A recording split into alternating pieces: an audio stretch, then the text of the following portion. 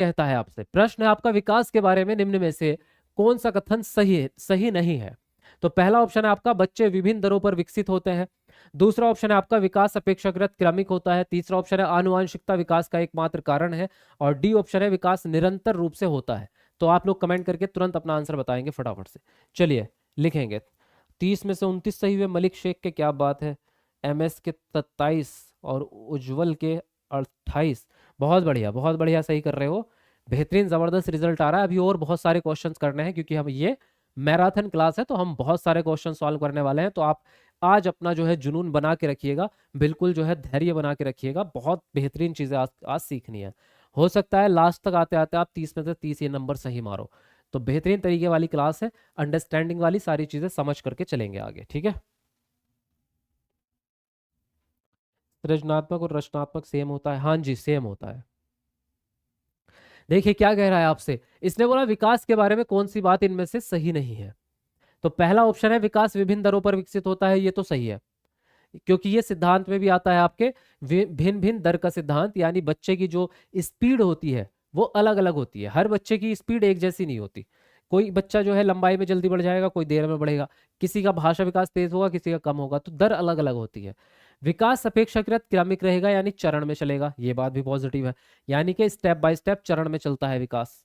जैसे कि बच्चा पहले गर्दन संभालना सीखता है, फिर बैठना सीखता है, फिर घुटने के बल चलना सीखेगा, फिर खड़े होना सीखेगा। तो ये चरण है सारे के सारे, ये भी पॉजिटिव है। अच्छा एक मिनट फिर, अच्छा ये मैंने उस पे लगाया था निशान, ये तो गलत लगा दिया। हाँ ये बता रहा था अभी तो मैं आपको क्रमिक वाला।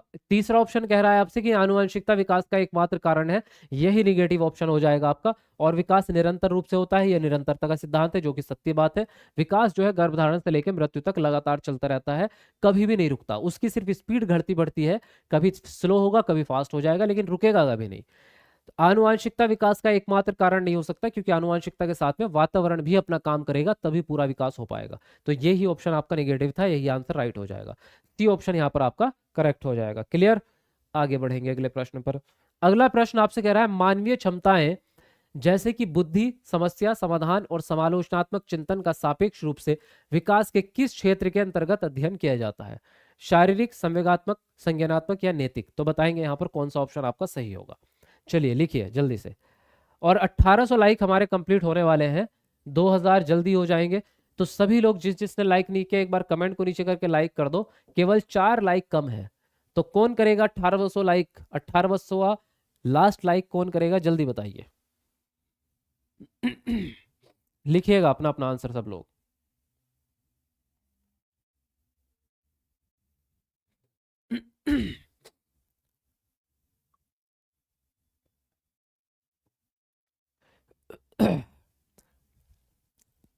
बहुत बेहतरीन आंसर कर रहे हो आप लोग। नए बच्चे चैनल सब्सक्राइब करते रहे भाई, तभी आप लोग जो है आगे बढ़ पाएंगे, पूरी कंप्लीट तैयारी आपको मिल पाएगी। अब देखिए इसने क्या बोला आपसे, मानवीय क्षमताएं जैसे कि बुद्धि, समस्या समाधान और समालोचनात्मक चिंतन का सापेक्ष रूप से विकास के कौन से क्षेत्र से लेना देना है? तो आपकी बुद्धि दिमाग में होती है, समस्या समाधान भी दिमाग से करते हो, समालोचनात्मक चिंतन करना है वो भी दिमाग से। यानी ये जो सारी क्वालिटीज है दिमाग की है। और दिमाग वाला जो विकास है वो कौन सा है? वो है संज्ञानात्मक विकास। तो ये सारी की सारी क्वालिटीज जो है किस में आएंगी? संवेगात्मक विकास के अंदर आएंगी। शारीरिक विकास में आपके शरीर का बढ़ना, आपकी लंबाई, आपका वजन, आपके मोटर स्किल्स। संवेगात्मक इमोशंस होते हैं, रोना, हंसना, गुस्सा करना, खुश रहना, ये सारी चीजें संवेग है। नैतिक विकास में आप व्यवहार कैसा करते हैं, आप अपने कम्युनिटी में लोगों के साथ कैसे मिलते जुलते हैं, किसी का भला क्या करते हैं या नहीं करते हैं, अच्छे या बुरे काम, ये नैतिक में आ जाते हैं। तो आपका जो है सी ऑप्शन यहाँ पर सही हो जाएगा, कॉग्निटिव डेवलपमेंट। क्लियर, चलिए आगे बढ़ेंगे। अगला प्रश्न है आपका, अभिकथन ए, बच्चे केवल औपचारिक स्कूली शिक्षा द्वारा ही कौशल, मूल्य और रीतियां ग्रहण करते हैं, और कारण है बच्चों का सामाजिकरण एक सरल और रेखीय प्रक्रिया है। तो ए और आर के हिसाब से आप बताएंगे कौन सा ऑप्शन सही होगा। क्या ये दोनों सही है, ए और आर दोनों सही है और आर ए की सही व्याख्या करता है, या फिर दोनों सही है लेकिन आर ए की व्याख्या सही नहीं कर रहा, या फिर ए सही है आर गलत है, या फिर ए और आर दोनों ऑप्शन गलत हैं आपके? तो क्या लगता है कौन सा ऑप्शन राइट होगा? जल्दी से अपना अपना आंसर सब लोग देंगे फटाफट से। बहुत बढ़िया, क्या बात है, सही आंसर आप लोगों का आ रहा है। गारंटी बैच का असर दिख रहा है मुझे यहाँ पर। गारंटी बैच में पढ़ने का मजा आ गया है ना। आपके सही आंसर आ रहे हैं, बहुत बढ़िया।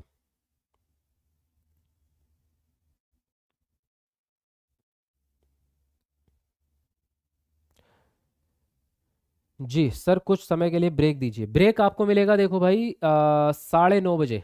ब्रेक जो मिलेगा आपको वो 9:30 बजे के बाद मिलेगा। तो अभी जो है, अभी थोड़ी देर आपको जो है धैर्य रखना पड़ेगा। ये अभी क्वेश्चंस को कंप्लीट करते हैं थोड़े से, फिर बीच में हम फिर 20-30 मिनट का ब्रेक लेंगे। तो फिर चाय पी के आना या खाना खा के आना बढ़िया से। फिर उसके बाद में क्लास को कंटिन्यू करेंगे, और ब्रेक के बाद भी वापस लौट के आना है सबको। अभी फिलहाल क्लास करो, अभी कुछ क्वेश्चंस और करते हैं। अभी इतना ज़्यादा लंबा समय भी नहीं हुआ, इतना तो हम डेली रूटीन की क्लास कर लेते हैं। इतना तो हम डेली वाली क्लास करते हैं, अभी तो कोई ज़्यादा क्लास लंबी हुई ही नहीं है। देखिए, बच्चे केवल औपचारिक स्कूली शिक्षा द्वारा ही कौशल, मूल्य और रीतियां ग्रहण करेंगे, ये बात आपकी गलत है। क्योंकि मूल्य और रीतियां, यानी या स्किल्स, ये केवल स्कूल से ही नहीं सीखता बच्चा। स्कूल के अलावा घर, परिवार, समाज, पड़ोसी, दुकानदार, सबसे सीखता है। तो ये कहना कि केवल औपचारिक स्कूल की शिक्षा ही ये सिखाएगी, ये बात गलत हो जाती है। फिर कह रहा है बच्चों का समाजीकरण एक सरल और रेखीय प्रक्रिया है, ये ऑप्शन भी गलत है। क्योंकि मैंने ये बात आपको कल भी बताई थी कि कोई भी विकास या कोई भी अधिगम सरल नहीं होता। सब के सब जटिल होते हैं। आप डेवलपमेंट को भी प्राप्त करेंगे तो बड़ी मुश्किलों से होता है। चलना भी बच्चा सीखेगा तो 10 बार गिर गिर के तब सीखता है। आसान कोई भी चीज नहीं है। और दूसरी बात, विकास रेखिक नहीं होता, वर्तुलाकार होता है, यानी सीधे सीधे नहीं चलता। कभी घटता है, कभी बढ़ता है, कभी ऊपर जाएगा, कभी नीचे जाएगा, ऐसे विकास चलेगा आपका। कभी भी सीधे सीधे विकास नहीं चलता, रेखीय नहीं हो सकता। तो ये दोनों ही ऑप्शन गलत है, इसलिए आंसर राइट होगा आपका डी ऑप्शन। क्लियर? समझ में आया ये प्रश्न आप लोगों को? क्या नाम है? रिजवान अली। किसका नाम पूछ रहे हो आप? रिजवान अली? अगर मेरा नाम पूछ रहे हो तो मेरा नाम शादाब आलम है। चलिए अगला प्रश्न देखिए क्या कहता है। जीन प्याजे के अनुसार व्यक्ति किस अवस्था को प्राप्त करने के लिए समाधान की निरंतर खोज करने में लगा रहता है? पहला ऑप्शन है संतुलन, दूसरा संतुलन, तीसरा आत्मसातकरण और चौथा ऑप्शन है समंजन। चलिए बताएंगे आप कौन सा ऑप्शन यहाँ पर सही होगा। चलिए लिखेंगे जल्दी जल्दी से अपना आंसर।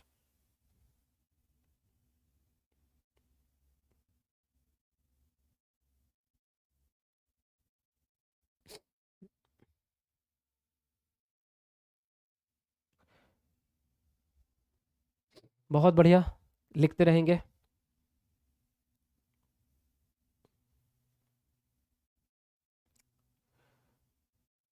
जी सर, आप कितनी भी देर तक पढ़ाइए, क्लास में बहुत मजा आता है पढ़ने में आपसे। रोशनी, बहुत बढ़िया। देखिए, इसने बोला आपसे जीन प्याजे के अनुसार व्यक्ति किस अवस्था को प्राप्त करने के लिए समाधान की निरंतर खोज में लगा रहता है। किस अवस्था में आदमी जो है, किस अवस्था को प्राप्त करने के लिए, यानी कि लास्ट स्टेज क्या है जब आप किसी भी समस्या का समाधान खोज लेते हैं। तो लास्ट में आप कहाँ पहुंचते हैं? तो लास्ट में आप पहुंचेंगे संतुलन या फिर समंजन। एक मिनट, दोनों में से क्या आंसर राइट होगा? समंजन जो है वो आपका अकमेंडेशन है, और एक, हाँ, पहला ऑप्शन राइट होगा आपका संतुलन। क्योंकि जो आपका समंजन है और आत्मसातकरण है, ये दोनों ही क्या है? संतुलन के ही पार्ट है। समंजन को ही समायोजन कह सकते हैं आप। तो समायोजन और समावेशन जो है, ये तो आपके संतुलन के ही हिस्से हैं। यानी कि ये दोनों प्रक्रिया हैं, और इन दोनों प्रक्रिया के बारे में मैं आपको पहले बता चुका हूं। जो आपका समंजन होता है, इसमें आपको अपने पूर्व ज्ञान में बदलाव करना पड़ता है ना। पूर्व ज्ञान में बदलाव करके तब आप नए ज्ञान को सीखते हैं। लेकिन आत्मसातकरण में कोई बदलाव नहीं होता, इसमें पूर्व ज्ञान के साथ साथ जो है नया ज्ञान ऐड हो जाता है। इतना ही फर्क होता है इन दोनों में बस। असंतुलन वो होता है जब आप किसी चीज को प्राप्त नहीं कर पाए। तो ये तो आपका आंसर राइट नहीं हो सकता। तो फर्स्ट ऑप्शन राइट होगा।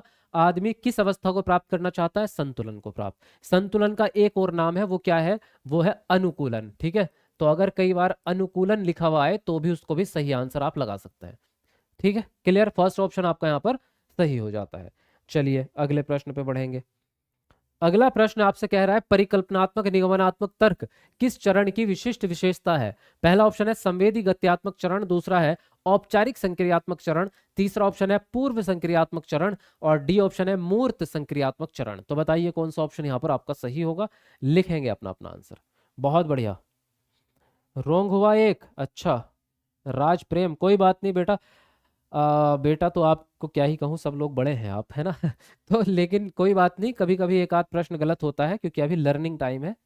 तो अभी आपको ज्यादा टेंशन नहीं लेनी इस बारे में, अभी सीखने का समय है, ठीक है।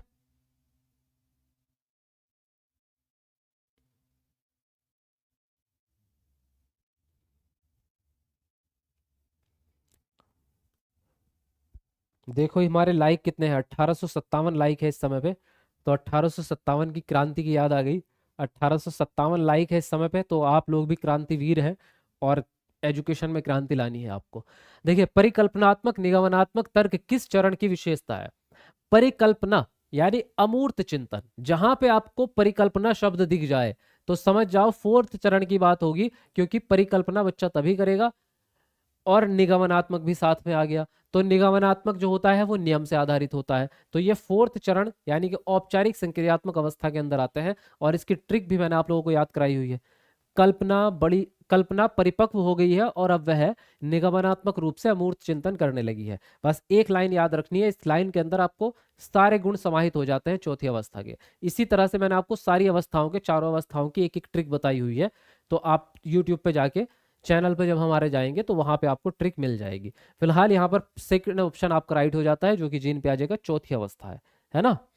चलिए आगे बढ़ते हैं अगले प्रश्न पर। अगला प्रश्न देखिए क्या कह रहा है।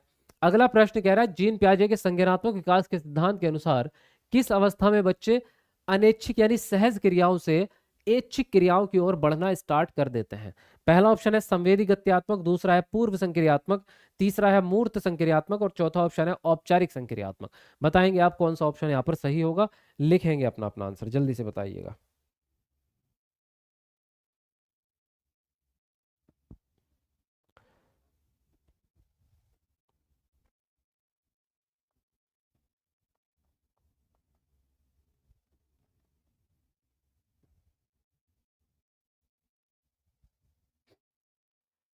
जी, तुरंत लिखेंगे सब लोग। बहुत बढ़िया। देखिए क्या कहा आपसे। इसने बोला है जीन पियाजे की संज्ञानात्मक विकास के सिद्धांत में किस अवस्था में बच्चे सहज क्रियाओं से ऐच्छिक क्रियाएं, यानी कि पहले अनैच्छिक क्रियाएं होती है। अनैच्छिक क्रियाएं कौन सी होती हैं? जिसको आप कहते हैं प्रतिवर्ती क्रियाएं, ऑटोमेटिक प्रक्रियाएं। जैसे कि हमारी पलके झपकना, इस पे हमारी इच्छा काम नहीं करती, ये ऑटोमेटिक काम है आपका। मुंह में लार आना, ये भी ऑटोमेटिक कार है, मतलब काम है। इसमें क्या होता है, जैसे ही हम कोई टेस्टी फूड की बात करें जो हमें पसंद है, अभी अगर मैं आपसे बात करूं कि अभी आम का सीजन चला था थोड़े दिन पहले, शायद अभी भी किसी किसी के घर में कच्चे आम लगे होंगे। तो आप कच्चे आम को कभी तोड़ते हैं, उसको चाकू से काटते हैं, फिर आप एक मसाला तैयार करते हैं जिसमें नमक डालते हैं, फिर थोड़ी सी मिर्च डालते हैं, थोड़ा सा मसाला धनिया वाला, और उसको मिक्स करके एक चटपटा एकदम से तैयार करते हैं मसाला। फिर उस आम को काट के उसमें हल्का हल्का पानी निकल रहा होता है, आम में कच्चा आम है ना, उसके ऊपर वो मसाला डालते हैं और फिर उसको जो है खाते हैं आप, खट्टा आम एकदम खट्टा चिल, और नमक मिर्च लगा के। तो आता है मजा कि नहीं आता? अब इतनी ही बात कहने पे आप सबके मुंह में पानी आ गया होगा, मैं श्योरिटी के साथ कह सकता हूँ। आया कि नहीं आया आप लोगों के मुंह में पानी, बताओ। तो यानी कि इसमें आपका कंट्रोल नहीं है मुंह में लार आना। मुंह में लार आना जो है ये भी एक ऑटोमेटिक प्रक्रिया है। तो ऐसी क्रियाएं बच्चे में हद से ज्यादा होती हैं, छोटे बच्चों में ज्यादा होती हैं जब पैदा होता है बच्चा। तो जब वो बच्चा थोड़ा बड़ा होना स्टार्ट करता है, तब वो अपनी इन क्रियाओं पे थोड़ा थोड़ा कंट्रोल करना स्टार्ट करता है। दूसरी, क्योंकि वो तो पोटी भी पेशाब भी बिना ऑटोमेटिक प्रक्रिया के चलते रहते हैं उसके, मतलब उसका कंट्रोल उस पर भी नहीं है बच्चे का। तो फिर धीरे धीरे बच्चा जो है अपनी क्रियाओं पे कंट्रोल करना स्टार्ट करता है। तो ये जो अनैच्छिक क्रियाएं हैं ये भी शेष अवस्था में ही आ जाती है। और इसी अवस्था में आपकी ऐच्छिक क्रियाएं स्टार्ट भी हो जाती हैं। तो ये जो है पहली अवस्था के गुण हैं। आपका फर्स्ट ऑप्शन यहाँ पर राइट होगा, संवेदी गत्यात्मक अवस्था, जो कि जीन पियाजे की फर्स्ट स्टेज है, जिसकी उम्र होती है 0 से 2 वर्ष। क्लियर बात समझे आप या नहीं समझे? यस और नो?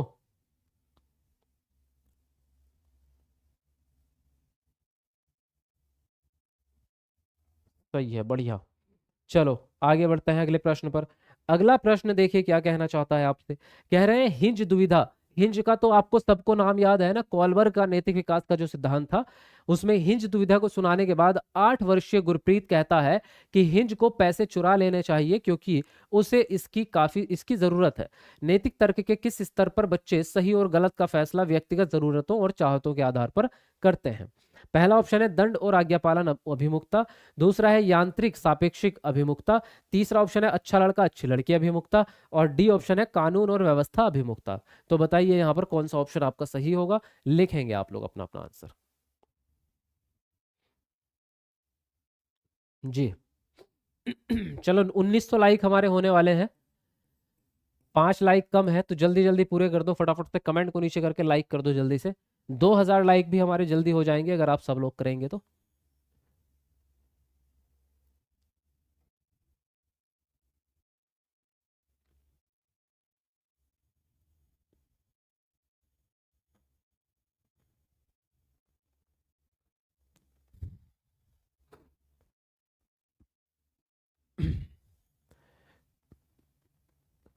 जी तो क्या पूछा आपसे, समझते हैं बात को। इसने बोला 8 वर्ष का बच्चा है। देखो पहली बात तो यहाँ वर्ष से भी आपको आंसर मिलने की उम्मीद रहती है, लेकिन फिर भी हम इसके पढ़ेंगे प्रश्न के क्या कहना चाह रहा है। इसने बोला हिंज को पैसा चुरा लेना चाहिए क्योंकि उसे इसकी जरूरत है। तो नैतिक तर्क के किस स्तर पर बच्चे सही और गलत का फैसला व्यक्तिगत जरूरतों और चाहतों के आधार पर करते हैं। तो व्यक्तिगत जरूरतों और चाहतों की बात आती है कॉलबर्ग कॉलबर्ग के सेकंड चरण में। इसके कितने चरण है टोटल, 6 चरण होते हैं। इनके सिद्धांत में टोटल 6 चरण होते हैं। तो अलग अलग चरण पे बच्चा अलग अलग जरूरतें या अलग अलग इच्छाएं पैदा करता है। तो पहले जो चरण होता है दंड और दंड और आज्ञाकारिता होता है। तो फर्स्ट जो चरण है उसमें तो बच्चा कहता है कि भैया मेरी मम्मी मारेगी या उसको सजा मिल जाएगी इसलिए ये काम मत करो, या पापा ने बोला है इसलिए ये काम करना पड़ेगा। आज्ञा पे चलता है दंड से।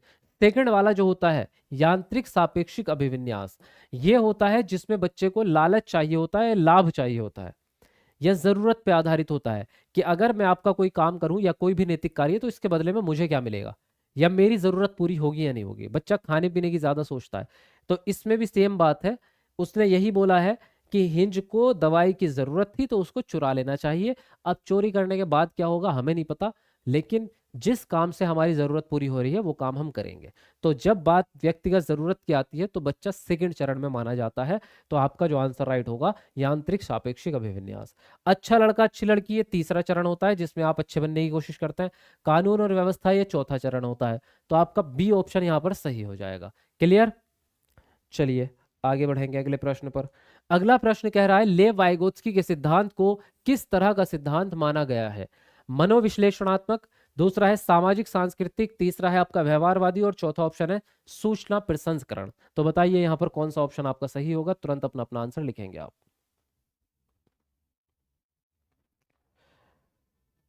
आज गलत हो रहा है सर, सूफी ऐसा क्यों भाई, फोकस करो थोड़ा ध्यान लगाओ। अगर रोज सही होते हैं आज गलत हो रहा है तो इसका मतलब ये थोड़ी है नॉलेज कम हो गई आज आपकी, अटेंशन की कमी लग रही है फिर।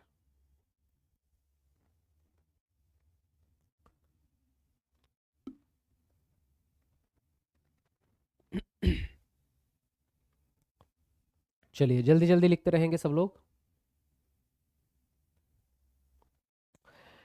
ठीक है देखते हैं। इसने बोला लेव वाइगोत्स्की के सिद्धांत को किस तरह का सिद्धांत माना गया है। लेव वाइगोत्स्की का सिद्धांत कौन सा है, सामाजिक सांस्कृतिक विकास का सिद्धांत। और इसमें ज्यादा मुझे नहीं लगता कुछ दिमाग लगाने की जरूरत है, क्योंकि ये सिद्धांत का नाम ही है उनके और इसकी पहचान आप आराम से कर सकते हैं। Socio cultural cultural developmental theory, ठीक है। चलिए अगले प्रश्न पे आते हैं। प्रश्न कहना चाहता है आपसे कि लेव वाइगोत्स्की के अनुसार बच्चों में संज्ञानात्मक प्रक्रियाओं को किसके माध्यम से सुगमता दी जाती है। पहला ऑप्शन है नकारात्मक पुनर्बलन, दूसरा है प्रतियोगिता, तीसरा भाषा, और चौथा ऑप्शन है आनुवंशिक विन्यास। तो बताइए कौन सा ऑप्शन यहाँ पर सही होगा, कमेंट में अपना अपना उत्तर लिखेंगे आप लोग। चलिए बहुत मजा आ रहा है निशांत जी, अच्छा। सदफ नूरी क्या हुआ भाई, क्यों आपको निराशा हो रही है।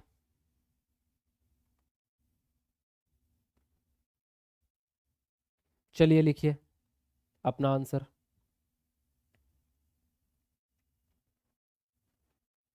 अगर किसी को कोई डाउट लगे तो भाई पूछ लिया करो कमेंट पे, है ना, तभी तो लाइव क्लास का फायदा होगा। देखिए इसने क्या बोला, ले वाइगोत्स्की के अनुसार बच्चों में संज्ञानात्मक प्रक्रिया को किसके माध्यम से सुगम बनाया जाएगा।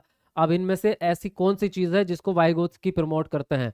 पुनर्मिलन को तो नहीं करेंगे, क्योंकि इनाम, पुरस्कार, दंड यानी सजा, ये तीनों चारों चीजें क्या है, ये बाह्य विप्रेरणा पर डिपेंड होती है और इनको सबको निगेटिव माना जाता है। सीटेट में ही पूरे में निगेटिव है ये, और वाइगोत्स्की भी इनको निगेटिव मानते हैं। तो जहां पुनर्बलन दिखे, पुरस्कार दिखे, इनाम दिखे, सजा दिखे, ये सब निगेटिव टैग वर्ड। प्रतियोगिता भी निगेटिव टैग वर्ड ही होता है, क्योंकि प्रतियोगिता क्या है, एक दूसरे से कंपटीशन करना, यानी एक दूसरे से लड़ाई करना। और वाइगोत्स्की प्रतियोगिता को नहीं, सहयोग को, यानी मिलजुल कर काम करने को प्रमोट करते हैं, क्योंकि इनके सिद्धांत का मेन पर्पस ही ये है कि मिलजुल के बच्चे काम करें। तभी तो सामाजिकता की बात करते हैं, एक दूसरे के साथ मिलके। तो इनमें से अगर देखेंगे तो भाषा ही वो चीज है जिसके बारे में वाइगोत्स्की पॉजिटिविटी रखते हैं, यानी भाषा का इनके सिद्धांत में काफी बड़ा रोल है, और भाषा से संज्ञानात्मक विकास में मदद मिलती है। ये बात भी ये वाइगोत्स्की कहते हैं कि भाषा का विकास पहले हो जाएगा और फिर भाषा संज्ञानात्मक विकास की मदद करेगी। अब इसमें अगर एक और बात आप ऐड करना चाहें तो वो ये है कि जीन प्याजे इनके उल्टे चलते हैं इस मामले में। जीन प्याजे का कहना ये होता है कि संज्ञानात्मक विकास जो है वो पहले होता है, यानी संज्ञान पहले आएगा और भाषा बाद में आएगी। और वाइगोत्स्की क्या कह रहे हैं, वाइगोत्स्की कह रहे हैं कि भाषा पहले आएगी, संज्ञान बाद में आएगा। तो ये बात याद रखना, अगर कहीं भी इस तरह का प्रश्न पूछा जाए आपसे, जो कि भाई पहले भी पूछा गया है सीटेट में, तो आप कंफ्यूज ना हो जाएं। कभी आपने जीन प्याजे पढ़ा ही नहीं और आपसे ये पूछ लिया तो आपने सोचा ये संज्ञान भाषा, इसका मतलब वाइगोत्स्की है, ये लगा के आ जाओगे। तो दोनों का अलग अलग समझ के जाना, ठीक है। आनुवांशिकता से इनका कोई लेना देना नहीं है वाइगोत्स्की का, क्योंकि इनका पूरा सिद्धांत पैदा होने के बाद ही शुरू हुआ है, क्योंकि ये सामाजिक विकास के ऊपर ज्यादा बातें करते हैं। तो इनका आनुवांशिकता से लेना देना है नहीं। तो सी ऑप्शन यहाँ पर क्या है आपका, सही हो जाएगा, ठीक है। चलिए अगले प्रश्न पे आते हैं। अगला प्रश्न आपसे कह रहा है शिक्षा को बाल केंद्रित बनाने के लिए निम्न में से क्या बदलाव जरूरी है। पहला ऑप्शन है रचनात्मक मूल्यांकन से योगात्मक मूल्यांकन की ओर। दूसरा है कंठस्थ स्मरण से क्रिया आधारित अधिगम की ओर। तीसरा ऑप्शन है खोजी अधिगम से व्याख्यान विधि की ओर। और डी ऑप्शन है लचीले पाठ्यक्रम से मानकीकृत पाठ्यक्रम की ओर।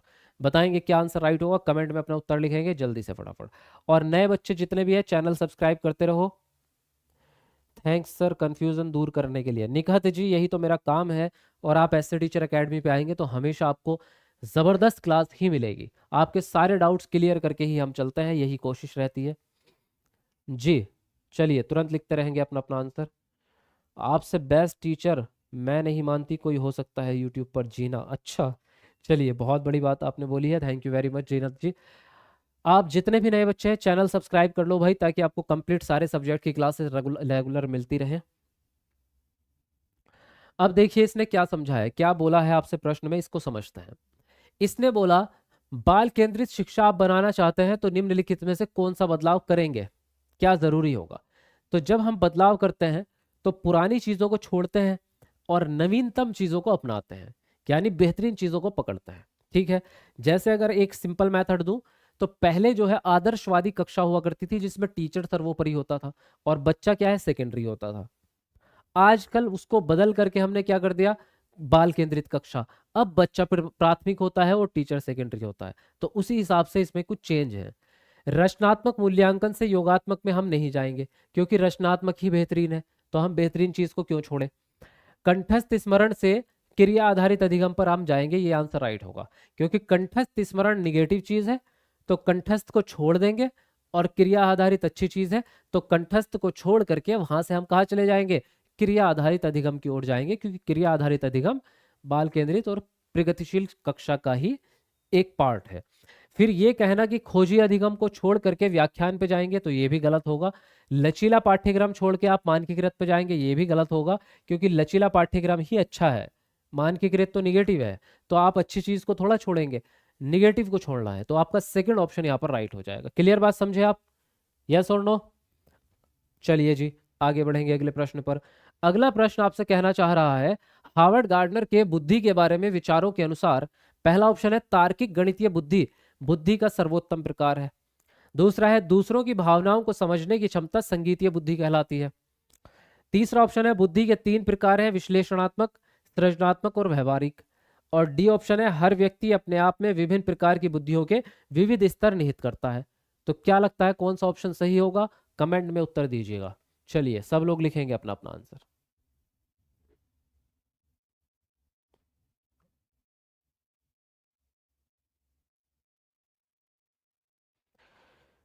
सर बी और डी निगेटिव है ना? अच्छा निगेटिव है, अभी बताऊंगा आपको। चलो पहले ये वाला क्वेश्चन सॉल्व कर लो।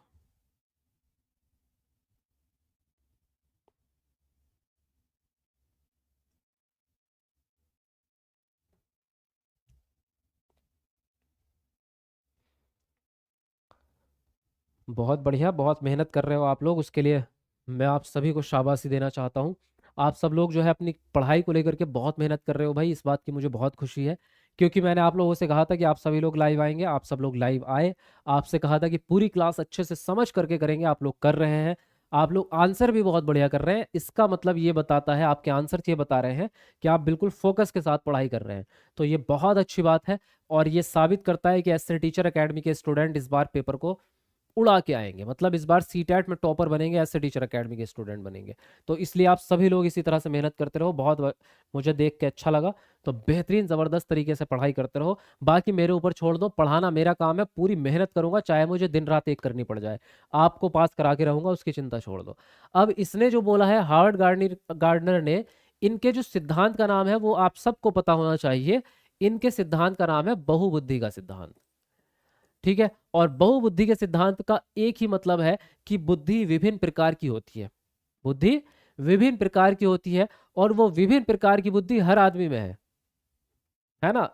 अगर इसको नंबर की बात करेंगे तो 9 प्रकार की बुद्धि इन्होंने दी है, लेकिन हम इसको हमेशा ही विभिन्नता मानते हैं कि विभिन्न प्रकार की बुद्धि है।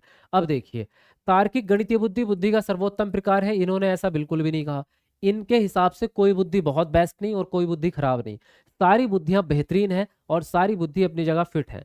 बस ये होता है जिस बुद्धि का इस्तेमाल आप ज्यादा करेंगे वो बढ़ जाएगी। आप डेली डेली भाषा का इस्तेमाल करो, आपकी भाषिक बुद्धि बढ़ जाएगी। आप रोज गणित सॉल्व करने लगो, आपकी गणितीय बुद्धि बढ़ जाएगी। तो कोई बुद्धि छोटी नहीं, कोई बड़ी नहीं, है ना? अम्मी जान कहा करती थी कोई धंधा छोटा नहीं होता और धंधे से बड़ा कोई मजहब नहीं होता। तो कोई बुद्धि छोटी नहीं हो रही होती, है ना? और बुद्धि से बड़ी कोई चीज भी नहीं होती दुनिया में। अब बात करें दूसरों की भावनाओं को समझने की क्षमता, संगीतीय बुद्धि है। तो ये भी गलत, क्योंकि भावनाएं जो है वो संगीत से नहीं, अंतर वैयक्तिक बुद्धि से रिलेटेड होती है आपकी। ठीक है, फिर कहना कि बुद्धि के 3 प्रकार है, नहीं भाई साहब, मैंने आपसे कहा अभी कि 9 प्रकार हैं, है ना, हार्वर्ड गार्डनर के अनुसार। तो आपका डी ऑप्शन राइट जाएगा, क्योंकि मैंने अभी अभी आपसे बोला है कि बुद्धि विभिन्न प्रकार की होती है। तो हर व्यक्ति अपने आप में विभिन्न प्रकार की बुद्धि रखता है और उन बुद्धियों के विविध स्तर रखता है। मैंने कहा कि हर आदमी में पूरी की पूरी बुद्धि है, 9 की 9, लेकिन 9 की 9 बुद्धि बराबर नहीं होती। जिस बुद्धि का आप ज्यादा प्रशिक्षण करते हैं वो बढ़ जाती है। आप डेली मैथमेटिक्स पढ़ना स्टार्ट कर दो, आपकी गणितीय बुद्धि बहुत हाई हो जाएगी, लेकिन अंतर वैयक्तिक कम रह जाएगी। आप जो है पेंटिंग्स बनाना स्टार्ट कर दो, तो आपकी स्थानिक बुद्धि बहुत बढ़ जाएगी। तो जिस बुद्धि का इस्तेमाल करोगे, इसीलिए विविध स्तर हैं बुद्धियों के। 9 के 9 प्रकार की बुद्धि बराबर नहीं होती किसी भी आदमी में। तो यहाँ पर डी ऑप्शन आपका सही चला जाएगा। क्लियर बात समझे आप या नहीं? यस और नो? चलिए अगले प्रश्न पे बढ़ेंगे हम। जी सर, बहुत बढ़िया।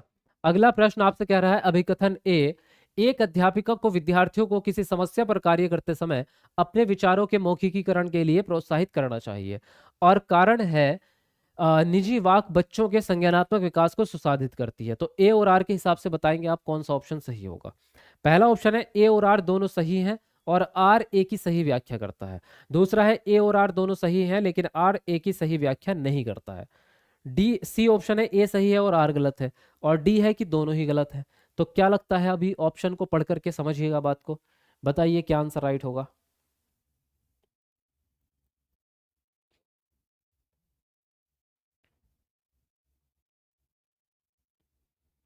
चलिए रोजी जी, थैंक यू वेरी मच। और हमारे 2000 लाइक होने वाले हैं, 2000 लाइक में हमारे अभी 5 लाइक कम हैं। तो कौन है वो लक्की पर्सन जो 2000 वाला लाइक पूरा करके आएगा? जल्दी कमेंट को नीचे करो और लाइक करके आओ जिसने अभी तक नहीं किया।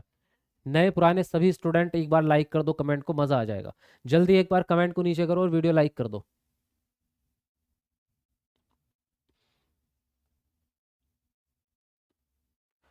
सर उर्दू की क्लास आप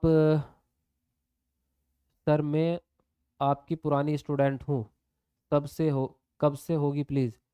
उर्दू की क्लास तो आपकी चल रही है, ऐप में तो चल रही है, और यूट्यूब पर डेली नहीं होती, अल्टरनेट डेज पे ही करा पाऊंगा, डेली नहीं करा पाऊंगा। देखिए, एक अध्यापिका को विद्यार्थियों को किस समस्या पर कार्य करते समय अपने विचारों के मौखिकरण के लिए प्रोत्साहित करना चाहिए, इसमें कोई गलत बात नहीं है, तो ये आपका पॉजिटिव हो जाएगा। मौखिकीकरण होता क्या है? किसी भी समस्या को बोल बोल कर सॉल्व करना, जैसे हम भी करते हैं जब हम अकेले होते हैं तो हम अपने आप से बातें करने लगते हैं। इसको निजी वाक भी बोलते हैं। जो आपके वाइगोत्स्की है, इन्होंने इसको प्राइवेट स्पीच का संज्ञा दी है कि बच्चा अपने आप से बातें करता है कभी कभी, तो वो अपने दिमाग में जो विचार आते हैं उनको सही दिशा देने के लिए मुंह से बोल देता है। तो आप अपने विचारों को कंट्रोल कर रहे हैं, तो इसमें कोई गलत थोड़ी है, इसमें पॉजिटिविटी है। और निजी वाक कहा मैंने अभी आपसे, निजी वाक बच्चों के संज्ञानात्मक विकास को सुसाधित करता है। यानी निजी वाक जब आप अपने आप से बातें करते हैं और बोलते हैं, तो उससे आपका जो ब्रेन में जो विचार आ रहे हैं वो सही काम करेंगे। तो ये बिल्कुल सही बात है। तो ये कारण भी एकदम सही हो गया, तो आपका पहला ऑप्शन राइट हो जाएगा, क्योंकि जब कारण कथन दोनों सही है और आपस में रिलेटेड है तो व्याख्या भी सही हो जाएगी। तो फर्स्ट ऑप्शन आपका करेक्ट हो जाएगा। समझ गए आप? चलिए जी, 2000 लाइक हमारे कंप्लीट हो गए हैं, थैंक यू वेरी मच, बहुत बहुत धन्यवाद। अगले प्रश्न पे आते हैं। अगला प्रश्न कह रहा है, एक अध्यापिका प्रचलित सामाजिक जेंडर संबंधी रूढ़िवादिताओं को कैसे प्रभावहीन बना सकती है? पहला ऑप्शन है, यह सुनिश्चित करके कि खेल सत्र में लड़कियां सिर्फ बैडमिंटन खेलें और लड़के सिर्फ बैट बॉल। दूसरा है, यह सुनिश्चित करके कि लड़कियों को अध्यापक के रजिस्टर पर काम करने और उनकी मदद करने के अवसर मिले। तीसरा ऑप्शन है, फर्नीचर इधर से उधर रखवाने के लिए केवल लड़कों की सहायता लेना। और डी है, सभी जेंडरों को संगीत, नृत्य और पाक कला प्रतियोगिताओं में भाग लेने के लिए कहना। तो बताइए यहाँ पर कौन सा ऑप्शन सही होगा? लिखेंगे सब लोग आंसर।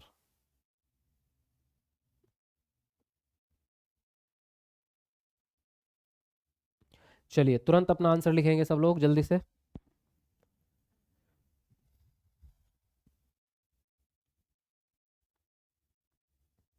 अस्सलाम वालेकुम सर, आमना खातून, वालेकुम अस्सलाम।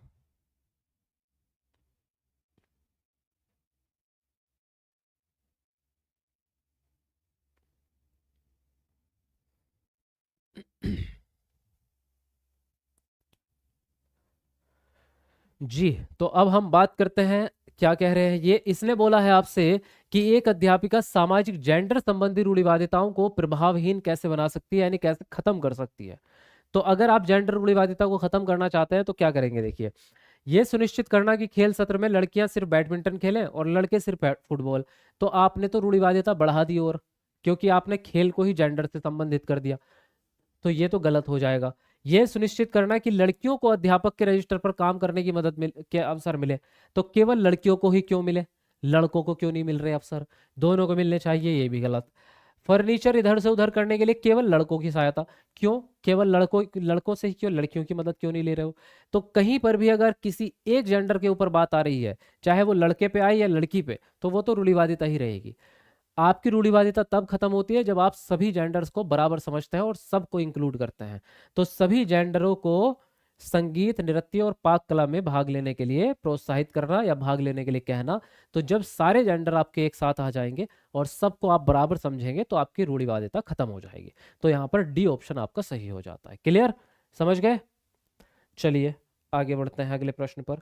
अगला प्रश्न आपसे क्या कहना चाहता है, देखिए, विद्यार्थियों को समालोचनात्मक चिंतन को बढ़ावा देने के लिए महत्वपूर्ण है कि निम्नलिखित हेतु प्रचुर अवसर प्रदान किए जाए। पहला ऑप्शन है विषय वस्तु का कंठस्थीकरण। दूसरा है अध्यापिका के निष्क्रिय अनुसरण हेतु। तीसरा है विविध जानकारियों की पुष्टि करने हेतु। और फोर्थ है किसी समस्या पर अपसारी चिंतन करना। तो बताइए यहाँ पर कौन सा ऑप्शन आपका सही होगा? जो इनमें से पॉजिटिव लगे वो गिन करके अपना आंसर दे देना। चलिए बताइए। आप मेरा कमेंट कभी नहीं पढ़ते हैं। आर्यन ठाकुर, बताओ, पढ़ तो लिया आपका कमेंट, बताओ क्या कहना चाह रहे हो। सर आपका क्लास देखने से हमें 200 का, अबे यार नितेश, ऐसी ऐसी बातें लिख रहे हो कमेंट में, वो भी पढ़ाई वाली वीडियो में। हाँ, ये तो गैर कानूनी है बिल्कुल। कह रहे हैं कि मैंने क्लास देखते देखते बियर पी लिया। तो यार ऐसी ऐसी बातें कमेंट में लिखनी अच्छी बात है ये? सर जी, आप लास्ट में ऑनलाइन क्लासेस कब से हैं और बाद में सबका पीडीएफ फॉर्मेट कब से है? आप कुछ करें। अच्छा ठीक है, वो लास्ट में बात करेंगे उस बारे में। चलिए बताइए जल्दी से अपना आंसर। सर मैं भी आया, एक बार मेरा नाम लीजिए। संजय यादव। चलिए, अब यहाँ पे हम बात कर रहे हैं, इसने बोला समालोचनात्मक चिंतन को आप बढ़ाना चाहते हैं तो निम्नलिखित में से कौन से अवसर देने पड़ेंगे? तो कंठस्थीकरण से तो भाई साहब बढ़ेगा नहीं समालोचनात्मक चिंतन। समालोचनात्मक चिंतन ही सृजनात्मकता जो अभी हमने पढ़ी थी ना थोड़ी देर पहले, कि नए विचार दिमाग में आना, किसी भी चीज को विभिन्न प्रकार से सॉल्व करना, यही समालोचनात्मक चिंतन में भी आता है। ये भी क्रिएटिव थिंकिंग ही है। अध्यापिका के निष्क्रिय अनुसरण, देखो निष्क्रिय होके तो आप फिर से आप न तो अधिगम कर पाओगे ना चिंतन बढ़ा पाओगे, क्योंकि जब तक एक्टिव नहीं रहोगे तब तक आपके दिमाग में नए आइडियाज नहीं आएंगे और आप नई चीजें सीखेंगे भी नहीं। विविध जानकारी की पुष्टि करने हेतु, तो ये ठीक रहेगा आपका। अगर आप विविध जानकारी की फीडबैक के लिए या पुष्टि के लिए बच्चे को अवसर देंगे तो इसमें बच्चा कुछ एक्टिव होकर के काम को कर पाएगा। किसी समस्या पर अपसारी चिंतन करना, अपसारी चिंतन का मतलब होता है विभिन्न प्रकार से सोचना, तो ये भी देखो सृजनात्मकता से रिलेटेड हो गया, तो ये भी पॉजिटिव रहेगा। तो तीसरा और चौथा सही है केवल, तो यहां पर डी ऑप्शन आपका राइट हो जाएगा। समझ गए आप इस प्रश्न को? क्लियर है भाई, कोई दिक्कत किसी को? चलिए आगे बढ़ेंगे अगले प्रश्न पर। अगला प्रश्न आपसे कह रहा है एक संरचनावादी कक्षा में अध्यापिका किस पर जोर देती है? पहला ऑप्शन है रचनात्मक मूल्यांकन, दूसरा है मानकीकृत मूल्यांकन, तीसरा है मानक संदर्भित मूल्यांकन और डी है योगात्मक मूल्यांकन। तो बताएंगे आप यहाँ पर कौन सा ऑप्शन सही होगा? चलिए तुरंत अपना अपना आंसर लिखेंगे फटाफट से।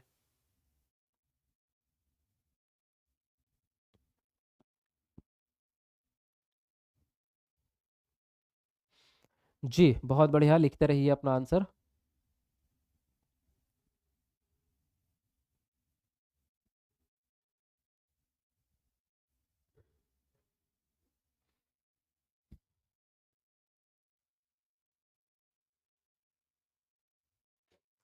हाँ जी, देखिए तो क्या कहना चाहते हैं ये कह रहे हैं आपसे कि एक संरचनावादी कक्षा है आपकी।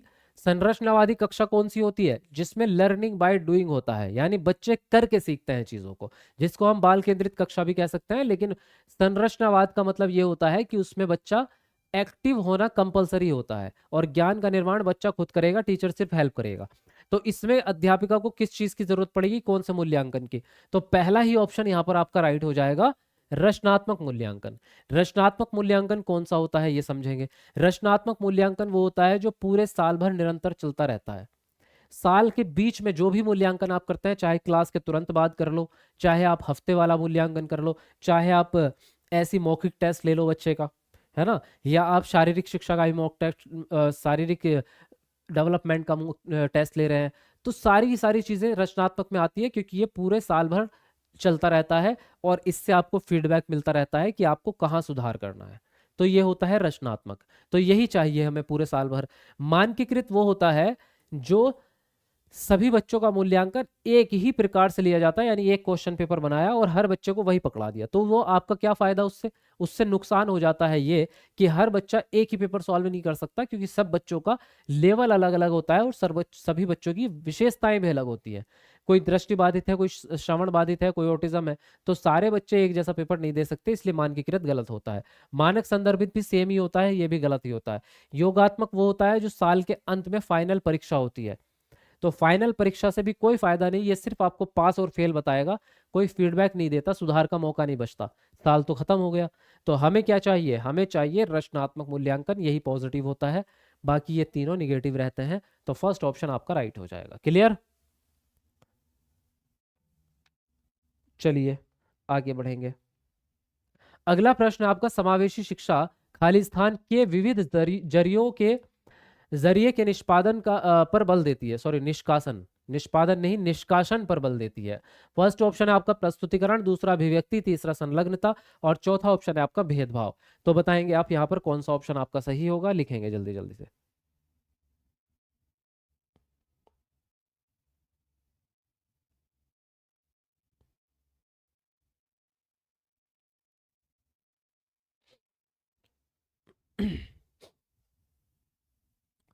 जी अच्छा, हाँ जी लिखते रहो अपना अपना आंसर फटाफट से, बहुत बढ़िया। और नए बच्चे जितने लाइव जुड़ रहे हैं तो चैनल को, वीडियो को लाइक करते रहो सभी लोग। हाँ जी,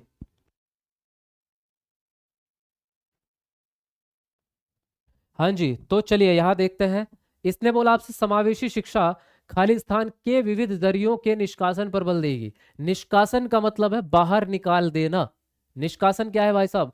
बाहर निकाल देना, ना कि निष्पादन। परफॉर्मेंस नहीं है ये है आपका बाहर निकालना। यहाँ पे देख सकते हैं आप, इसने बोला होगा आपका एलिमिनेशन, यानी अलग कर देना। तो प्रस्तुतिकरण आएगा इसमें, समावेशी में आ जाएगा, ठीक है। अभिव्यक्ति आ जाएगी, आ जाएगा। संलग्नता यानी आपस में जुड़ाव, ये भी आ जाएगा। लेकिन भेदभाव समावेशी कक्षा में नहीं आना चाहिए। तो समावेशी शिक्षा में कोई भेदभाव नहीं होना चाहिए, इसलिए हम क्या करेंगे, भेदभाव को बाहर निकाल देंगे, इसका निष्कासन कर देंगे। तो आपका जो आंसर राइट होगा आपका डी ऑप्शन हो जाएगा, डिस्क्रिमिनेशन। डिस्क्रिमिनेशन को अलग कर देंगे आप समावेशी शिक्षा से, ठीक है ना? क्लियर? चलिए अगले प्रश्न पे आते हैं।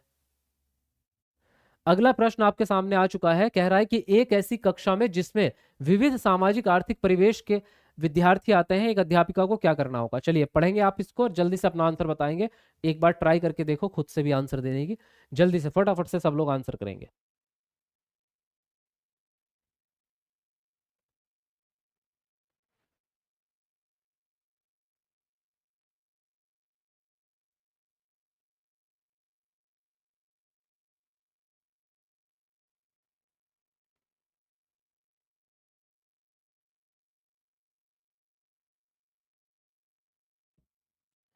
जी, चलो लिखो जल्दी से। सर भूख लग गया है, ब्रेक दीजिए। ब्रेक आपको मिल जाएगा, अभी थोड़ी देर और रुको। अभी हम ब्रेक करेंगे ये वाला सेट खत्म होने के बाद। तो अभी 13 प्रश्न सॉल्व करने हैं बस, ज्यादा नहीं, है ना? तो 15 मिनट में 13 प्रश्न को 15 मिनट में जल्दी से सॉल्व करेंगे, 15-20 मिनट में। फिर उसके बाद ब्रेक करेंगे, है ना? तो थोड़ा सा और वेट करो, क्योंकि मुझे भी खाना है। खाना तो मैं कौन सा खाना खा के बैठा हूँ, है ना? मैंने भी दोपहर ही खाया था। तो मैं तो बल्कि खड़े होके काम कर रहा हूँ, चल भी रहा हूँ इधर उधर, तो मुझसे तो आपसे ज़्यादा भूख लगेगी। तो जब मैं हिम्मत कर रहा हूँ तो आप भी करो थोड़ी सी, क्योंकि फिर उसके बाद में क्या है कि लंबी क्लास बचे ना ज़्यादा, है ना? तो पहले अच्छे से अभी पढ़ लेते हैं थोड़े से, फिर उसके बाद आगे बढ़े वो करेंगे, ब्रेक करेंगे, फिर उसके बाद वापस से पढ़ाई करेंगे, ठीक है? जी। अब देखिए इसने क्या कहा आपसे। इसने बोला एक ऐसी कक्षा में जिसमें विविध सामाजिक आर्थिक पृष्ठभूमि के बच्चे हैं, यानी विभिन्नता वाली कक्षा है, सीधी बात। जहां विविध प्रकार के बच्चे आ गए, वो समावेशी कक्षा हो जाएगी। अब समावेशी कक्षा के हिसाब से आंसर देंगे हम। अधीनस्थ समूह से संबंधित विद्यार्थियों के लिए कमतर अपेक्षाएं बनाना, यानी ऐसे समूह जो निचली कास्ट के होते हैं, या जो दबे हुए होते हैं, जिनको समाज ने दबा के रखा है, अधीनस्थ, उनके लिए आप क्या कर रहे हैं, उनसे कम अपेक्षाएं रख रहे हैं। तो हम क्यों कम रख रहे हैं, ये बात तो गलत हो जाएगी आपकी। अगर हम उनसे कम अपेक्षाएं रखेंगे तो कभी भी आगे नहीं बढ़ पाएंगे फिर। तो एक बात और मैं आपको क्लियर बता दूं, कि कभी भी किसी एक पार्टी की तरफ नहीं जाना आपको, चाहे वो इधर की हो चाहे उधर की हो, कि हम इंटेलिजेंट बच्चों को ज्यादा सपोर्ट करेंगे, हम जो है अमीर बच्चों को ज्यादा सपोर्ट करेंगे, वंचित पृष्ठभूमि वाले बच्चों को ज्यादा सपोर्ट करेंगे। जहां पे भी किसी एक कैटेगरी की बात आएगी, वहीं आपका निगेटिव हो जाएगा प्रश्न। क्यों? क्योंकि समावेशी शिक्षा किसी एक पर डिपेंड नहीं करेगी, वो सबको बराबर मानती है। अब देखिए, समावेशी भाषा, जैसे कि हमारा विद्यालय, हमारी कक्षा का इस्तेमाल आप करेंगे, तो इसमें क्या होगा कि सभी बच्चों को ये महसूस होगा कि ये जो कक्षा है ये हमारी, मतलब हम सब की है, यानी मैं भी इसमें पूरा हिस्सेदार हूं, और मैं भी बाकी बच्चों के बराबर हूं। तो जब आप इस तरह की वर्डिंग यूज करेंगे और इसी तरह से बिहेव करेंगे, तो सारे बच्चे आपस में मिलके रहेंगे, किसी को ज्यादा किसी को कम नहीं लगेगा। तो ये तरीका बेस्ट है। प्रबल समूहों से संबंधित, देखो फिर से वही बात आ गई, किसी भी एक समूह पे जाएंगे ना तो वो आंसर गलत है। अधीनस्थ समूह से संबंधित, गलत। किसी भी एक समूह पे नहीं जा सकते, सबकी बात करनी पड़ेगी आपको, सारे बच्चे एक साथ काम करने चाहिए, ठीक है ना? चलिए आगे बढ़ेंगे अगले प्रश्न पर। अगला प्रश्न देखिए आपसे क्या कह रहा है। दृष्टिबाधित विद्यार्थियों के सफल समावेशन के लिए अध्यापक को क्या करना चाहिए? पहला ऑप्शन है अवधारणा की व्याख्या के लिए चित्रों का प्रयोग करना चाहिए। दूसरा है सभी प्रकार की लिखित सामग्रियों को मौखिक रूप से प्रस्तुत करना चाहिए। तीसरा है विद्यार्थियों से बात करते समय हाथों का खूब इस्तेमाल करना चाहिए। और डी है दिखाए जा रहे वीडियो के उपशीर्षक देना चाहिए। तो बताएंगे आप कौन सा ऑप्शन सही होगा? लिखिए अपना आंसर। सर आप खाना खाकर आए हो? नहीं, खाना नहीं खाया अभी मैंने, मैं तो ऐसे ही आ गया था। खाना खाऊंगा मैं बीच में, ब्रेक लेंगे जब। जी।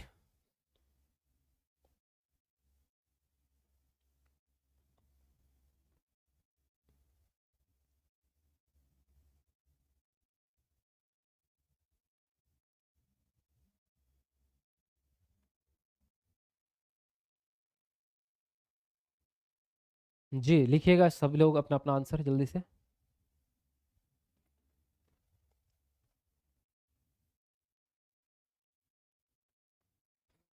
देखिए इसने क्या बोला आपसे, दृष्टिबाधित बच्चों के सफल समावेशन के लिए अध्यापक को क्या करना चाहिए।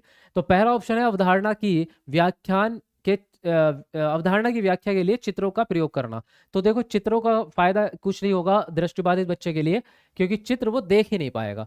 तो इनके लिए दृष्टिबाधित वाले यानी दृश्य जितने भी टीएलएम होते हैं विजुअल वाले वो काम नहीं आते, क्योंकि ये देख नहीं पाएंगे उसको। दूसरा है सभी प्रकार के लिए लिखित सामग्रियों को मौखिक रूप से प्रस्तुत करना, ये सही रहेगा। जब आप लिखित चीजों को मौखिक रूप से प्रस्तुत करेंगे यानी बोल कर भी बताएंगे, तो वो बच्चे भले ही देख नहीं पा रहे हैं लेकिन आपकी बात को सुन करके वो कॉन्सेप्ट को समझ जाएंगे। तो आपको दृष्टिबाधित बच्चे को पढ़ाने के लिए बोल बोल कर पढ़ाना पड़ेगा। और उसके साथ साथ आप ब्रेल लिपि दे सकते हैं, उसके साथ साथ आप टच करने वाले मॉडल ऐसी चीजें आप प्रोवाइड करा सकते हैं। विद्यार्थियों से बात करते समय हाथों का खूब इस्तेमाल करना चाहिए। कोई फायदा नहीं होगा क्योंकि आपके हाथ भी उसको नहीं दिख रहे हैं, आप कितने ही जेस्चर कर लो नहीं दिख रहे उसको। दिखाए जा रहे वीडियो में उपशीर्षक, वीडियो ही उसको नहीं दिख रही है तो शीर्षक कहाँ से दिख जाएंगे, ये भी नहीं आपका काम आएगा।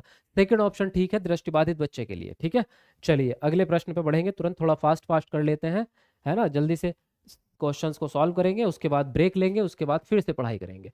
अब कह रहे हैं ध्यान अभाव, और ये मेहनत आपकी बहुत काम आएगी, मान के चलो आप हर एक मिनट आपके जीवन को सफल बना रही है, आपकी हर मेहनत काम आएगी।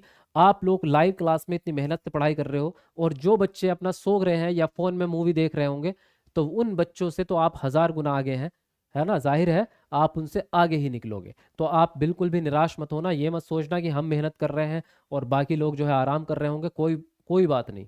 जो मेहनत करता है वही आगे निकलता है, मेहनत का फल जरूर मिलता है। तो आप निराश नहीं मत होइए इस बारे में। ध्यान अभाव और अति सक्रियता विकार एडीएचडी, जिसको कहते हैं attention deficit hyper activity disorder, ग्रसित विद्यार्थियों के सफल समावेशन के लिए अध्यापक को क्या करना होगा। परिवेश में व्यवधानों को अधिक कर देना चाहिए, या फिर लंबे और जटिल प्रदत्त कार्य देने चाहिए, या फिर विद्यार्थियों को समय प्रबंधन और संगठनात्मक आदतों के विकास में सहायता करनी चाहिए, या फिर गैर लचीली विधि और दिनचर्या का इस्तेमाल करते हुए शिक्षण करना चाहिए। तो बताएंगे आप कौन सा ऑप्शन सही होगा, लिखेंगे अपना आंसर। चलिए तुरंत जल्दी जल्दी अपना आंसर लिखेंगे। सर सभी सब्जेक्ट का लीजिए क्लास, हाँ तो एक एक करके लेंगे ना, कल को हिंदी करेंगे, आज सीडीपी कर रहे हैं कल हिंदी करेंगे। ठीक है,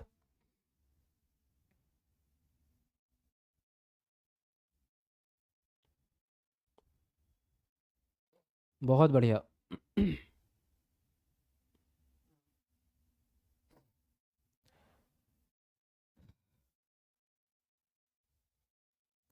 देखिए इसने बोला एडीएचडी, अब इसका मतलब तो आप सबको पता है पहले से ही, है ना। एडीएचडी यानी कि ध्यान का अभाव है। ऐसे बच्चों में अटेंशन की कमी रहती है। जैसे आप लोग जो है 1 घंटा 2 घंटा क्लास पढ़ लेते हो, किताब पढ़ लेते हो, ये बच्चे 5 मिनट भी नहीं रुक पाते किसी एक काम पे। आप क्लास में पढ़ाने बैठोगे 5 मिनट में उठ के भाग जाएगा बच्चा, इधर उधर जाके चीजें फेंकने लग जाएगा। एक्टिव ज्यादा होते हैं, हाइपर होते हैं, है ना। तो इनको क्या सिखाना पड़ता है, इनको टाइम मैनेजमेंट सिखाना है, इनको बैठना सिखाना पड़ेगा कि ये बच्चा 20 मिनट बैठ जाए एक जगह और हमारी बात को ध्यान से सुन ले। तो धीरे धीरे करके इनका टाइम मैनेजमेंट करेंगे और समय प्रबंधन। तो इसका जो आंसर राइट होगा वो यही होगा कि विद्यार्थियों को समय प्रबंधन और संगठनात्मक आदतों के विकास में सहायता करेंगे आप। संगठनात्मक आदतों का मतलब ये है कि एक काम को एक साथ ये मिल करके कर सके। ऐसा नहीं कि अभी तो खाना खाने बैठे थे तो 3 निवाले इन्होंने खाए खाने के, फिर उठ के जो है इधर को अपना खेलने लग गए, उसको भी छोड़ दिया बीच में। तो एक काम को कम से कम एक समय पे कर सके संगठित रूप से, तो ये आपको सिखाना है। ठीक है, अगर आप व्यवधान बढ़ा देंगे यानी डिस्ट्रैक्शन बढ़ा देंगे, तो वो तो पहले से ही ध्यान नहीं दे पा रहा, वो और ज्यादा परेशान कर देगा बच्चा। अगर लंबे लंबे काम देंगे तो भी गलत रहेगा, क्योंकि उसकी अटेंशन क्या है, बहुत छोटी है, लंबे काम वो नहीं कर पाएगा। गैर लचीली विधि विधि अपनाएंगे, यानी जिसमें बिल्कुल भी चेंज ना कर सकें आप, तो वो भी उसके काम नहीं आएगी, क्योंकि वो स्ट्रिक्ट चीजें आपकी मानेगा नहीं। तो आपका सी ऑप्शन यहाँ पर राइट हो जाएगा। क्लियर, समझ में आ गया ये प्रश्न आपको, है ना। चलिए आगे बढ़ेंगे अगले प्रश्न पर। अगला प्रश्न है पठन वैकल्य सापेक्ष रूप से किस क्षेत्र में चुनौती पैदा करता है। पहला ऑप्शन है लिखित विषय सामग्री के बोध में, दूसरा है शारीरिक गतिविधियों के समन्वयन में, तीसरा ऑप्शन है दूसरों की भावनाओं को समझने में, और डी ऑप्शन है चित्र बनाने में। तो बताइए आप यहाँ पर कौन सा ऑप्शन सही होगा, लिखेंगे सब लोग आंसर। जी, यस सर, हाँ जी। सर आप इतने गोरे हो या लाइट के जैसे चमक रहे हो, बड़ी अच्छी स्किन है। अरे यार, एकदम चमकदार राधा। हाँ हाँ, गोरा तो मैं हूँ, ये बात तो चलो मैं एक्सेप्ट करता हूँ। लेकिन आप अपने फोन की ब्राइटनेस थोड़ी कम कर लो। ठीक है, यही हो सकता है, और क्या करूँ मैं। अब मैं अपना चेहरे पे काला मेकअप तो करके नहीं आऊंगा। देखिए, इसने बोला पठन वैकल्य सापेक्ष रूप से किस क्षेत्र में चुनौती पैदा करेगा। पठन वैकल्य क्या है? डिसलेक्सिया। डिसलेक्सिया वाले बच्चे को किस चीज में दिक्कत आती है? लिखने में, ओ सॉरी, पढ़ने में। डिसलेक्सिया वाले बच्चे को पढ़ने में। अब इन ऑप्शन में से किस में पढ़ने की बात हो रही है? इसमें पहले ऑप्शन में पढ़ने की बात हो रही है, क्योंकि लिखित सामग्री को समझना, लिखित सामग्री का बोध ही तो पठन कहलाता है। भाई, लिखी हुई चीज को जब आप समझ जाओगे, वही तो पढ़ना कहलाएगा। तो इसी में दिक्कत आती है इस बच्चे को। इसको शरीर में कोई दिक्कत नहीं, इसको भावना में कोई दिक्कत नहीं, इसको चित्र में कोई दिक्कत नहीं, इसको आती है पढ़ने में दिक्कत। पहला ऑप्शन यहाँ पर सही हो जाएगा। ठीक है, समझ गए? चलो जी, आगे बढ़ेंगे अगले प्रश्न पर। अगला प्रश्न कह रहा है, प्रभावशाली और अर्थपूर्ण अधिगम के लिए अध्यापक को किस प्रकार की शिक्षण शास्त्रीय प्रविधियों का इस्तेमाल करना चाहिए? पहला है सांस्कृतिक रूप से प्रासंगिक, दूसरा है मानकीकृत, तीसरा है परीक्षा केंद्रित, और डी ऑप्शन है व्यवहारवादी। तो बताइए यहाँ पर कौन सा ऑप्शन आपका सही होगा? लिखेंगे जल्दी जल्दी आप। बहुत बढ़िया।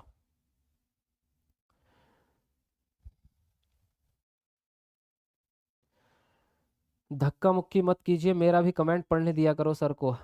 अरे चांदनी जायसवाल, पढ़ रहे हैं, आपका भी पढ़ रहे हैं। चलो, 2100 लाइक हमारे होने वाले हैं पूरे। जल्दी जल्दी पूरे करते रहो फटाफट से। 2500 लाइक पूरे कर दो, फिर 2500 लाइक पे आपका ब्रेक भी हो जाएगा, तब तक टाइम है ना। तो जल्दी जल्दी लाइक कर दो, जिसने नहीं किया कमेंट पे, कमेंट को नीचे करके लाइक करते रहो। सर आप अच्छा सा पढ़ाते हैं, आपसे पढ़ के लगता है इंटरेस्ट भी बनता है। अच्छा, बहुत अच्छी बात है। इसने बोला आपसे प्रभावशाली और अर्थपूर्ण अधिगम के लिए अध्यापक को किस प्रकार की रणनीति या किस प्रकार का टीचिंग मेथड अपनाना चाहिए? सांस्कृतिक रूप से प्रासंगिक हो, हाँ ठीक बात है। मानकीकृत तो नेगेटिव टैग वर्ड होता है, मैंने अभी ऊपर वाले प्रश्न में बताया था। मानकीकृत तो पूरे सीटेट में कहीं भी दिखे ना, वो निगेटिव ही है। परीक्षा केंद्रित भी निगेटिव है आपका, क्योंकि हमें चाहिए बाल केंद्रित। व्यवहारवादी ये भी गलत है आपका, क्योंकि हमें चाहिए रचनावादी। व्यवहारवादी नहीं, रचनावादी, क्योंकि व्यवहारवादी क्या है? बाह्य भी प्रेरणा पर डिपेंड रहता है। रचनावादी क्या है? ये करके सीखने को कहता है, तो रचनावादी अच्छा होता है। सांस्कृतिक रूप से प्रासंगिक का मतलब ये होता है कि बच्चे का जो जीवन है, बच्चे का जो वातावरण है, जो समाज है, जो संस्कृति है, उससे रिलेटेड होना। तो जब बच्चे के समाज से रिलेटेड रहेगा, मतलब बच्चे के दैनिक जीवन से रिलेटेड रहेगा, जो आप पढ़ाओगे, वही आपका बढ़िया तरीका होता है। पहला ऑप्शन आपका सही हो जाएगा। समझे बात? चलिए आगे बढ़ेंगे अगले प्रश्न पर। अगला प्रश्न देखिए क्या कहना चाहता है। राष्ट्रीय शिक्षा नीति 2020 अधिगम के कौन से तरीकों पर बल देती है? पहला है अनुभवात्मक अधिगम, दूसरा है डिजिटल अधिगम, तीसरा है वैज्ञानिक अधिगम, और चौथा है करके सीखना। बताओ यहाँ पर कौन से पॉजिटिव है जो सही आंसर लगाओगे? चलिए जल्दी से बताएंगे आप।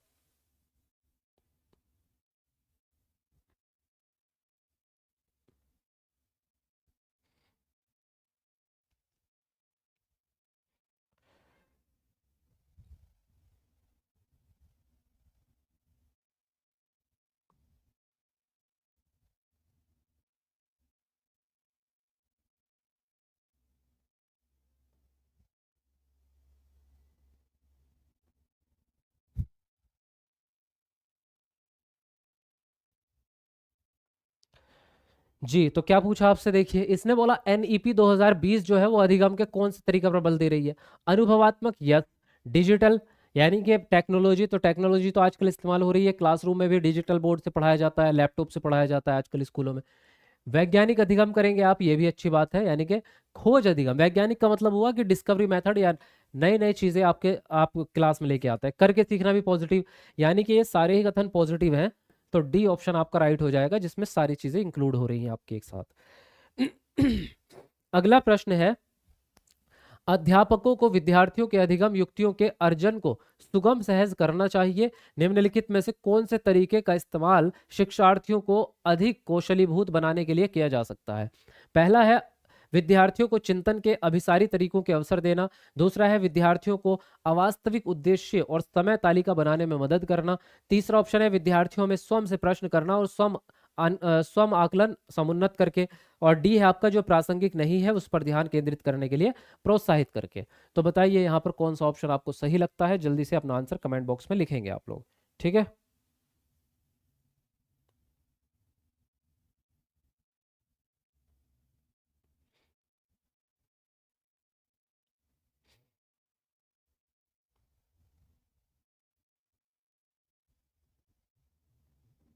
जी, लिखिएगा सब लोग अपना अपना आंसर। और नए बच्चे भाई, अगर कोई नया बच्चा है तो चैनल सब्सक्राइब कर लेना, अगर आप पहली बार चैनल पे विजिट किया है, क्योंकि अभी आपको बहुत सारी अच्छी अच्छी क्लासेस मिलेंगी। अब देखिए इसने क्या कहा आपसे, अध्यापकों को विद्यार्थियों के अधिगम युक्तियों के अर्जन को सुगम सहज बनाना है। यानी विद्यार्थी जब चीज़ सीख रहे हैं तो लर्निंग का जो स्टाइल है उसको आसान बनाना है। तो कौन सा तरीका सबसे बेहतरीन रहेगा? विद्यार्थियों को चिंतन के अभिसारी तरीके के अवसर देना नहीं। आप अभिसारी देख वो अवसर देख के पॉजिटिव सोच सकते हैं, लेकिन अभिसारी तरीका गलत होता है।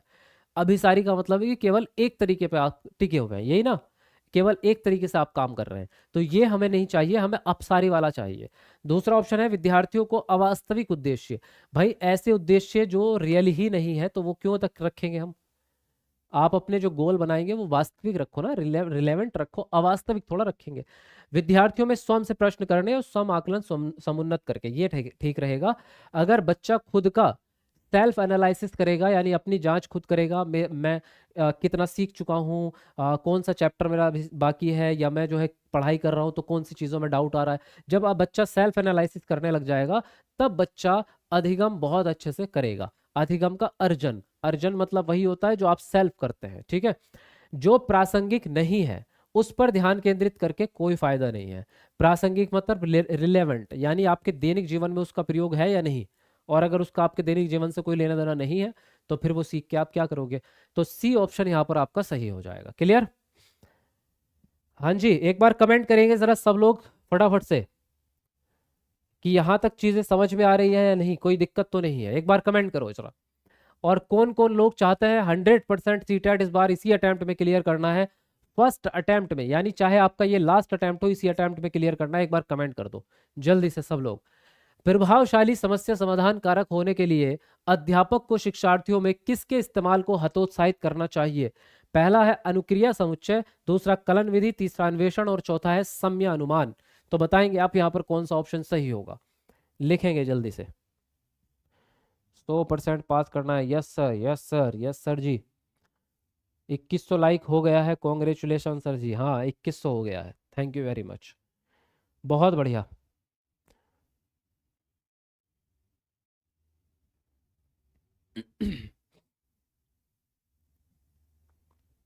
यस सर जी, 100% क्लियर करना है, हाँ ये हुई ना बात, फर्स्ट अटेम्प्ट में ही करना है बिल्कुल।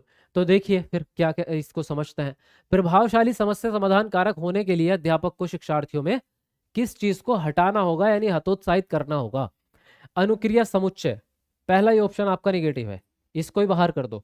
अनुक्रिया समुच्चय का मतलब है रिस्पॉन्स सेट, यानी एक ही तरीके पर अटक जाना। तो अगर आप एक ही तरीके को अटक जाएंगे और एक ही तरीके को बार बार इस्तेमाल करते रहेंगे तो आपकी प्रॉब्लम कभी भी सॉल्व नहीं हो पाएगी। तो यही आंसर आपका यहाँ पे क्या हो गया, निगेटिव। बाकी kiln Vidhi step by step चरण में जो काम करते हैं उसको कलन विधि कहते हैं, एल्गोरिदम मेथड। अन्वेषण तो पॉजिटिव होता ही है, बच्चा एक्टिव रहता है इसमें। सम्य अनुमान, यानी पूर्व की किसी घटना के बारे में अनुमान लगाना और उसी अनुमान को फिर से इस्तेमाल करना, ये भी पॉजिटिव रहता है। तो आपके 3 पॉजिटिव है, पहला ऑप्शन राइट था, क्योंकि इसी को बाहर निकालेंगे हम। क्लियर? चलिए आगे बढ़ेंगे अगले प्रश्न पर। अगला प्रश्न है, नल के स्रोतों के बारे में चर्चा करते हुए रानी उत्तर देती है कि नल और फव्वारा पानी के मुख्य स्रोत हैं, उसका उत्तर किसका प्रतिनिधित्व करता है, क्या दर्शाता है? उसकी समझ जो उसके अनुभवों के आधार पर बनी है। दूसरा है उसकी निम्न अंतःवैयक्तिक और अंतर्वैयक्तिक बुद्धि। तीसरा है नई अवधारणा सीखने के लिए अभिप्रेरणा की कमी। और डी है उच्च स्तरीय समस्या समाधान कौशल। तो बताइए कौन सा ऑप्शन आपका सही होगा, लिखिए तुरंत आंसर।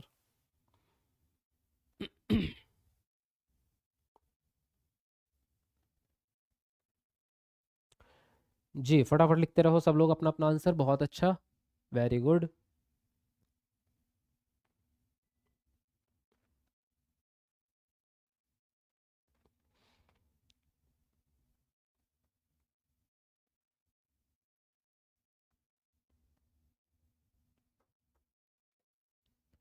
हाँ जी, देखो तो इसने बोला क्या है कि जो नल के स्रोतों के बारे में जब क्लास में चर्चा हो रही है तो रानी एक लड़की है, क्लास में पढ़ती है, वो कहती है नल और फव्वारा पानी के मुख्य स्रोत हैं। तो क्या ये बात सही है?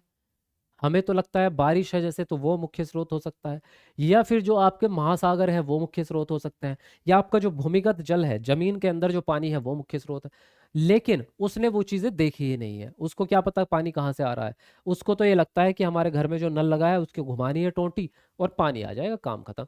तो जितना उसका अनुभव है, जितनी चीज उसने देखी है, उसी अनुभव के आधार पे बच्चा अपनी बात आपसे कहेगा। तो इस तरह के प्रश्न में ये आंसर राइट होता है कि उसकी समझ जो बनी है वो उसके अनुभव के आधार पर बनी है। इसी प्रकार का एक और प्रश्न 2019 में आया था, और वहां ये पूछा गया था कि एक बच्चा ये कहता है कि दूध जो आता है वो दूध बूथ से यानी दूध की दुकान से आता है। जो दूध में हम दूध के बारे में जब उससे पूछा गया ना दूध कहाँ से आता है, तो वो कहता है, उसने ये नहीं कहा कि गाय से आता है, भैंस से आता है, बकरी से आता है, उसने बोला दुकान से आता है दूध, दुकान वाला दूध देता है, हमें और कुछ नहीं पता। तो उसका आंसर भी यही सेम था कि बच्चा अपने अनुभव के आधार पे अपना उत्तर दे रहा है, क्योंकि जितना उसने देखा है उतनी उसकी अवधारणा बनी है। ठीक है, तो पहला ऑप्शन यहाँ पर आपका सही हो जाता है। चलिए आगे बढ़ेंगे। अगला प्रश्न कह रहा है आपसे, निम्नलिखित में से कौन सा अधिसंज्ञानात्मक कौशलों का भाग नहीं है? पहला है योजना, दूसरा पर्यवेक्षण, तीसरा है मूल्यांकन और चौथा है निष्क्रिय अनुकरण। बताएंगे आप कौन सा ऑप्शन सही होगा? सब लोग अपना अपना उत्तर लिखेंगे कमेंट में। सीटेट महाराष्ट्र में लागू है या नहीं? बिल्कुल है। लता, हाँ जी बिल्कुल, महाराष्ट्र में आप सीटेट दे सकते हैं।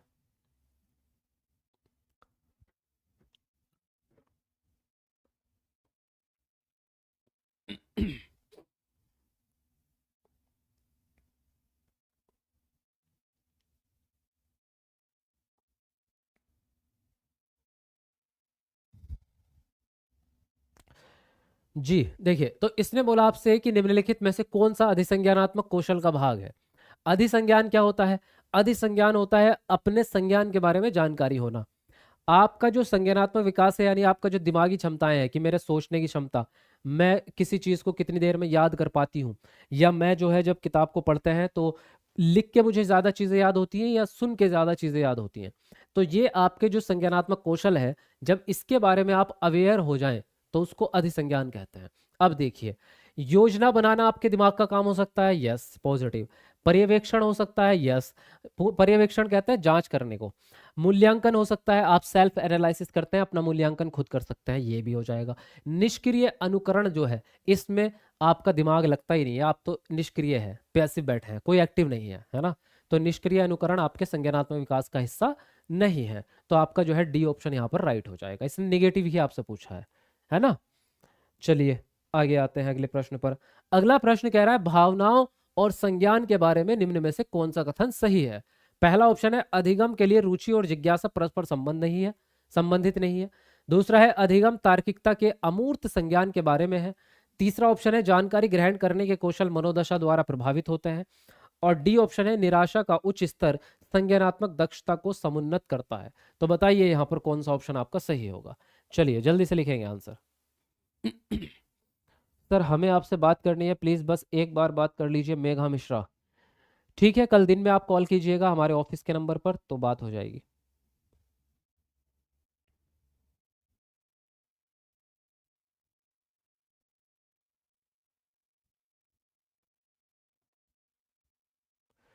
जी लिखिएगा सब लोग अपना अपना आंसर, बहुत बढ़िया।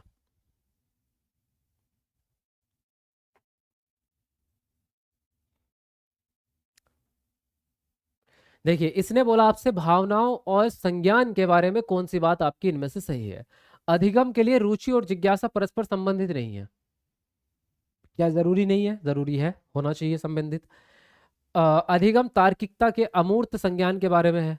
तो अधिगम को हम ये कहें कि केवल अमूर्त ही हो सकता है, मूर्त नहीं होता, तो ये बात भी गलत हो जाएगी, क्योंकि अधिगम दोनों तरीके से होता है, मूर्त भी और अमूर्त भी। जो चीजें सामने है उसके द्वारा भी, और जो चीजें सामने नहीं है कल्पना करके भी। तो ये भी सही नहीं हो रहा भाई आपका यहाँ पर। जानकारी ग्रहण करने के कौशल मनोदशा द्वारा प्रभावित होते हैं, ये सही जाएगा, क्योंकि जो आपका जानकारी ग्रहण करने के कौशल है वो कौन से हैं? वो आपके दिमाग के कौशल है। जानकारी ग्रहण करने के लिए आपको दिमाग अच्छा चाहिए, यानी संज्ञानात्मक विकास। अगर आपका संज्ञानात्मक विकास मनोदशा द्वारा प्रभावित होगा, यानी आपकी जो मन की दशा है, जो इमोशनल कंडीशन है, अगर आप दुखी हैं तो आपका दिमाग ठीक से काम नहीं करता, अगर आप गुस्से में हैं तो दिमाग ठीक से काम नहीं करता, अगर आप चिंता कर रहे हैं, डरे हुए हैं, तो भी आपकी पढ़ाई समझ में नहीं आएगी, आप कितनी किताबें खोल के बैठ रहे हो आपको कोई चीज़ समझ नहीं आएगी। इसका मतलब ये हुआ कि आपके जो इमोशंस हैं यानी संवेग हैं, वो आपके इंटेलिजेंस पर या आपके दिमाग पर असर डालते हैं। तो ये आपसे पूछ रहा था कि भावनाएं और संज्ञान क्या आपस में जुड़े हुए हैं या नहीं, तो जुड़े हुए हैं और असर डालते हैं, इसलिए तीसरा ऑप्शन राइट हो जाएगा। निराशा का उच्च स्तर संज्ञानात्मक दक्षता तो बढ़ाएगा, बढ़ाएगा नहीं घटा देगा। अगर आप निराश रहेंगे तो आपकी संज्ञानात्मक क्षमता बढ़ेगी नहीं बल्कि घट जाएगी। तो आपका तीसरा ऑप्शन यहाँ पर सही हो जाता है। क्लियर? चलिए अगले प्रश्न को देखते हैं फटाफट से। अगला प्रश्न कह रहा है विद्यार्थियों को अधिगम के प्रति अभिप्रेरित करते रहने के लिए अध्यापक को क्या समुन्नत करना चाहिए। पहला है निपुणता उन्मुखी उद्देश्य, दूसरा है योग्यता का सत्व यानी अस्तित्वात्मक परिप्रेक्ष्य, तीसरा है असहायता का सीखा हुआ भाव, और डी है आपका प्रतियोगात्मक दृष्टिकोण। तो बताएंगे यहाँ पर कौन सा ऑप्शन आपको सही लगता है, लिखिएगा आंसर।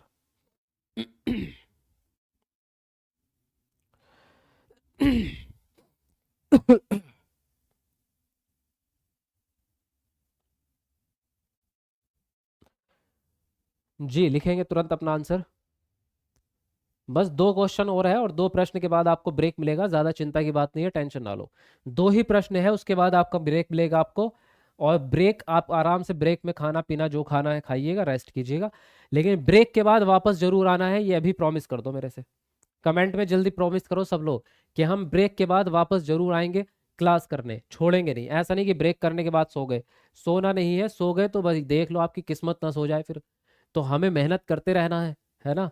हमें बाकी लोगों से आगे निकलना है, क्योंकि कंपटीशन हजारों में नहीं लाखों में है भाई साहब। 25-30 लाख बच्चों से कंपटीशन होने वाला है, अगर अभी से मेहनत नहीं करी तो जॉब कैसे लगेगी, जॉब के लिए मेहनत करनी पड़ेगी ना। तो इसलिए आप सबको मेहनत करते रहना है और क्लास पूरी करनी है कंप्लीट, है ना, करनी पड़ेगी यार। मैं भी तो कर रहा हूँ, मुझे देखो, मैं भी तो पढ़ा रहा हूँ ना आपको इतनी मेहनत से। अब देखो, विद्यार्थियों को अधिगम के प्रति अभिप्रेरित करते रहने के लिए अध्यापक को क्या चीज बढ़ानी चाहिए भाई। निपुणता उन्मुखी उद्देश्य, बिल्कुल पहला ऑप्शन बिल्कुल सही है।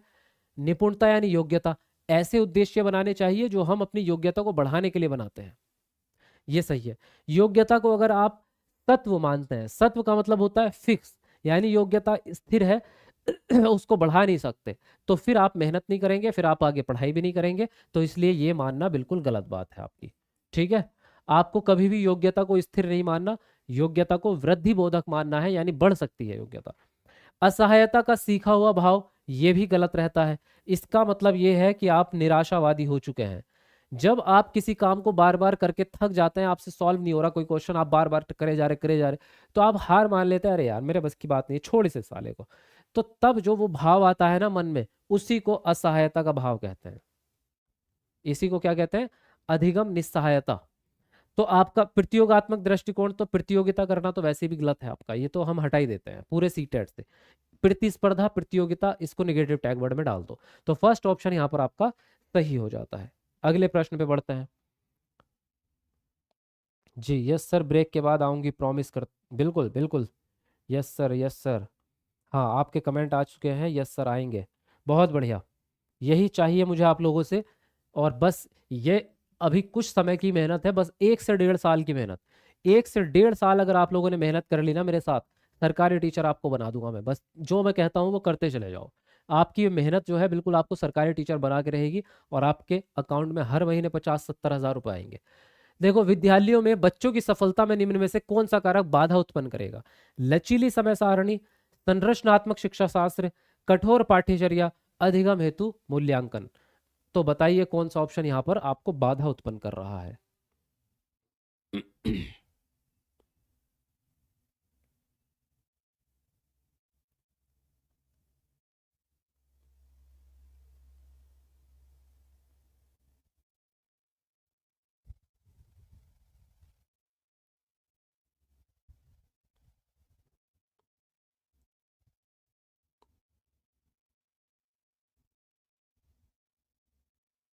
चलिए देखिए, तो क्या बोला इसने, इसने बोला बाधा किस चीज से उत्पन्न होगी भाई साहब, लचीली समय सारणी रहेगी, ये तो अच्छी चीज है, इससे कोई बाधा नहीं आएगी।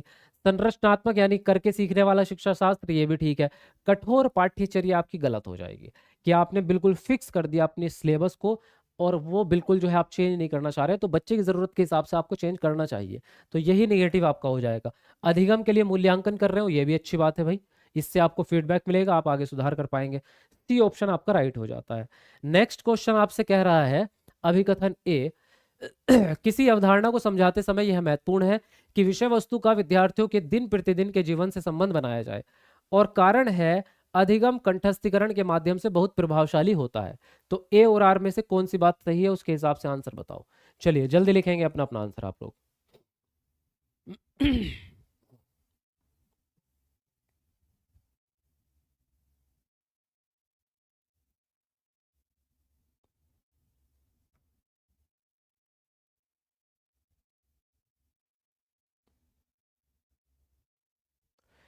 हाँ जी, देखिए तो क्या कह रहा है, इसने बोला किसी अवधारणा को समझाते समय यह महत्वपूर्ण है कि विषय वस्तु का विद्यार्थियों के दिन प्रतिदिन के जीवन से संबंध जोड़ें। ये बहुत बढ़िया बात है, एकदम सही बात है कि जो भी क्लास में पढ़ा रहे हो वो दैनिक जीवन से जुड़ना चाहिए। अधिगम कंठस्थीकरण के माध्यम से बहुत अच्छा हो जाएगा, ये बात गलत है क्योंकि रट्टा मारना गलत होता है, कंठस्थीकरण बिल्कुल गलत है। तो आपका ए सही है लेकिन आर गलत है, ऑप्शन राइट हो जाएगा आपका सी ऑप्शन। क्लियर? तो यहां पर ए सही आर गलत। ओके जी, चलिए